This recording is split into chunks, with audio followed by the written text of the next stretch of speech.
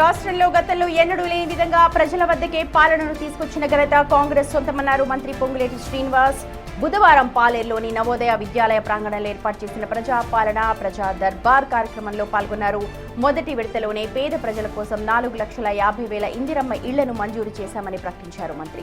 అర్హులైన ప్రతి పేదవారికి సొంత ఇంటి కల నెరవేరుస్తామంటూ పొంగులేటి హామీ ఇచ్చారు.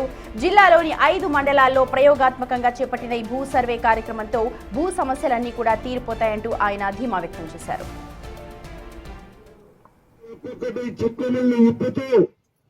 ఇప్పటికే చాలా సమస్యలు భూభారత ద్వారా పరిష్కరించాం.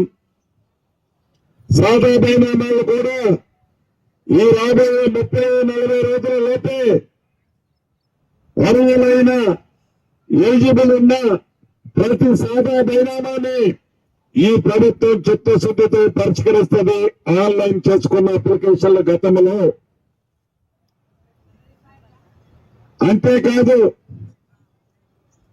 ప్రభుత్వం రోడ్ల కోసము కాలువల కోసము ప్రభుత్వ అవసరాల కోసం ఒక 10 ఎకరాలున్న సర్వే నెంబర్లో ఒక 10 కుంటలు భూమి ప్రభుత్వం ఎక్విజిషన్ చేస్తే ప్రభుత్వం డబ్బులిచ్చి తీసుకుంటే మిగిలిన 9 ఎకరాల 30 కుంటలు కూడా ప్రభుత్వ భూమి అని మనకు ఆనాడు ధరణి వల్ల పానీలో ఏర్పడింది.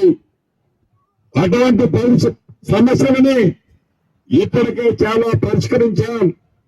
అయినా కూడా ఇంకా కొన్ని ఉన్నాయని మొన్నటి 2 సమావేశాల్లో రైతన్నలు అడిగారు.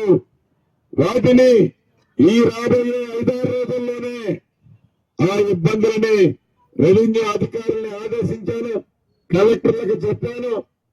తప్పకుండా ఈ 5-6 రోజులంటే వారం రోజుల లోపే అటువంటి సమస్యలు స్పాట్ లో